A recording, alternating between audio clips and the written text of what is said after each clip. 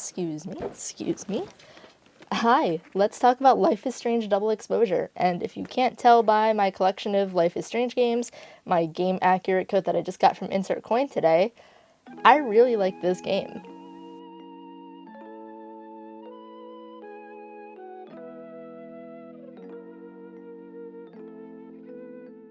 Hello and welcome to another episode of Queer Peer Reviews, where we review queer media, good, bad, and ugly. I'm your host, Jamie, and before we begin, I just want to say Happy New Year. It's 2025, and on today's episode, we are reviewing my favorite game of 2024, Life is Strange Double Exposure.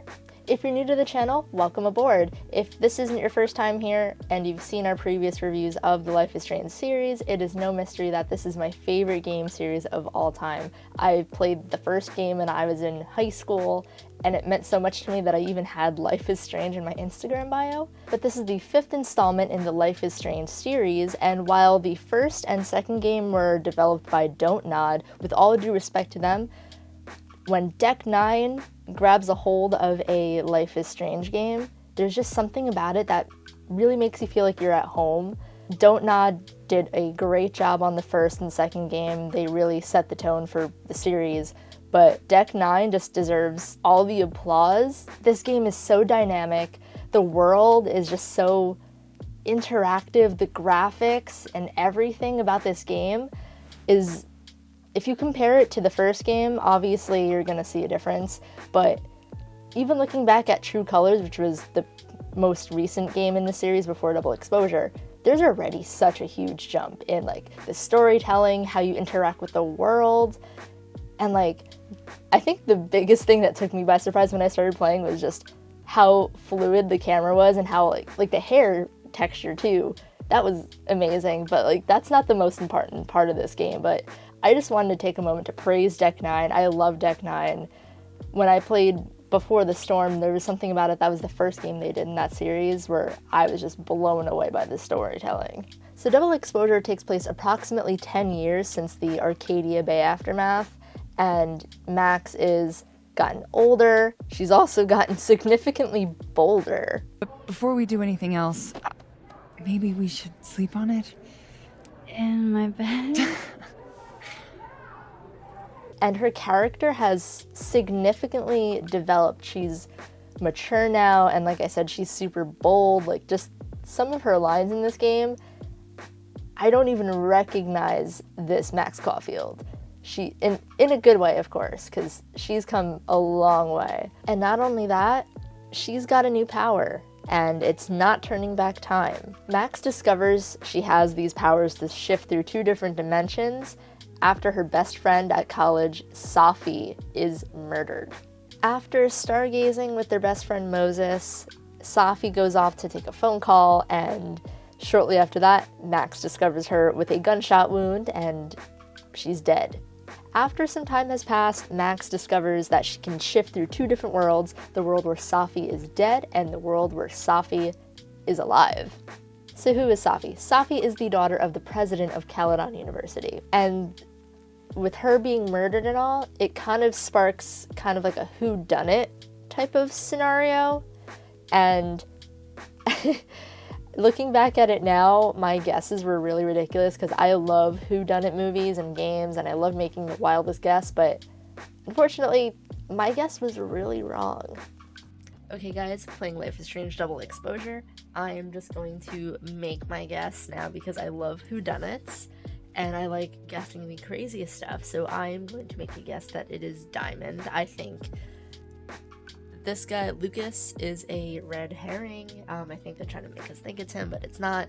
I think it's Diamond because she seems to be a really big fan of his, and I feel like she's doing one of those things like she's killing to get his approval, and in the alternate timeline, she is like, I guess, trying to sabotage Safi for his approval, because like by Safi dying, his career kind of skyrockets. So we'll see. Let's see if I'm right or wrong. I fear I may be wrong. With Max's new power, she shifts through the different dimensions to try to see who exactly has it out for Safi. She gathers information from one dimension, brings it back to the other dimension, and questions people on that. And I really loved that aspect of this game. She also discovers at certain points where she can move objects from one dimension to another, and that particular situation happens when this detective named Alderman is on her case trying to discover who murdered Safi. And like all Life is Strange games, there is a ton of queer representation, but especially in Double Exposure, because if you point to a single character in this game and you tell me they're straight, it's canon that they're not. Of course, you have Max Caulfield, our bi queen. You have Amanda, who is one of the love interests for Max. You have Vin. I believe he's pan because he had a thing with Max, and he also literally flirts with all of the men in this game. You have Moses. You have one of the teachers at Caledon University, Gwen. She is a trans woman who also is in a sapphic relationship with her wife. And honestly, a lot of the side characters you meet in this game are quite fruity. We got a whole fruit basket going on this game. But before I go any further, I just want to talk about the elephant in the room, a reason why a lot of people are not giving this game a chance and also trashing it if they did give it a chance. Where is Chloe Price? As a majority of the Life is Strange fanbase did do in the first game, they saved Chloe rather than saving Arcadia Bay because, Bay over Bay. And a lot of people were very disappointed to learn that there's not really any traces of Chloe in Double Exposure if you chose to save her in the first game. If she is alive, you can see through her text messages with Max how they slowly started drifting apart before breaking up. You see her posting on social media all the time. It's very clear that Max is always thinking about Chloe through different dialogue scenarios. She even questions whether it's time for her to finally move on after all these years by talking to her love interest in the game. But what we learn at the very end of Double Exposure, while you're watching the credits, that there will be another game coming soon. It literally says Max Caulfield will be back, which also gives us the opportunity for potentially seeing Chloe in one of the future games. So I don't think the absence of Chloe Price should be the reason why you guys don't give this game a chance, because honestly, as much as I love all the other games, this is now my favorite one in the series. And with another game already being hinted, coming God knows when, there's no way we're not gonna see anything further relating to Chloe because she is a fan favorite. But with the absence of Chloe, this leaves Max's love life kind of open-ended.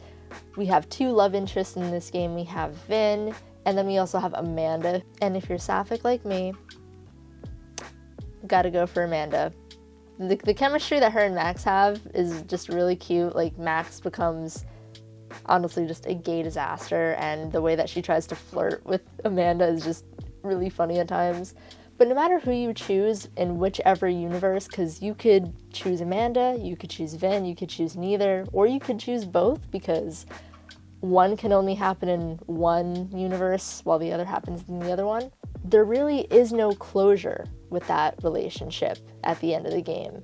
It's very open-ended, which again leads me to believe that there is still a chance that we will see Chloe in the next game. And for those who are die-hard, Pricefield shippers, I think there's a chance.